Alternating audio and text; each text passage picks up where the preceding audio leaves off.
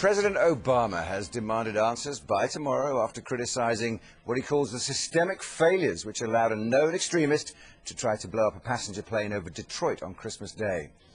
In a strongly worded statement last night, Mr. Obama said mistakes made by the security services had been totally unacceptable. Reports in America say the CIA began tracking a man known as the Nigerian in August this year.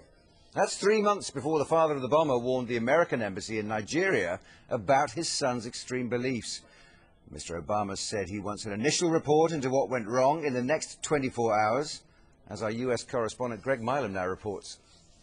From the moment Umar Abdul Muttalab tried to bring down Flight 253 on Christmas Day, the American people were saying something had gone seriously wrong.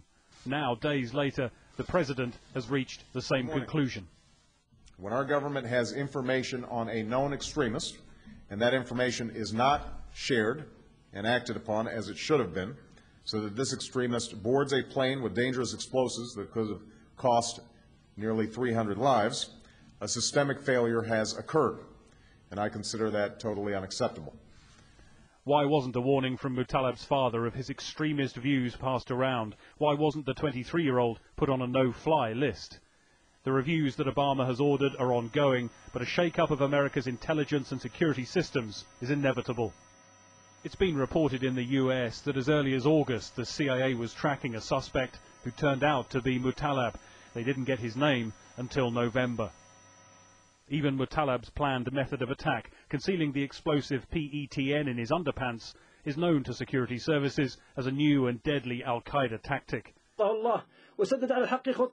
It has all the hallmarks of the terrorist group's growing operation in Yemen. The US had been warned that Muttalab was there. The massacre at Fort Hood by a gunman alleged to have had extremist views had already raised questions about whether the Obama administration was presiding over a system that missed warnings. Emergency security measures remain in place for airline passengers heading to and around the US. Officials in the Netherlands will today explain how Muttalab was allowed to board an airliner at Amsterdam's Schiphol airport while carrying a well-known explosive. Questions remain on 3 continents.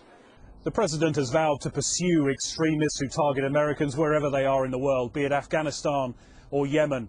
But it is clear when it comes to keeping Americans safe, there is a lot to be done much closer to home. Greg Milam, Sky News, Washington.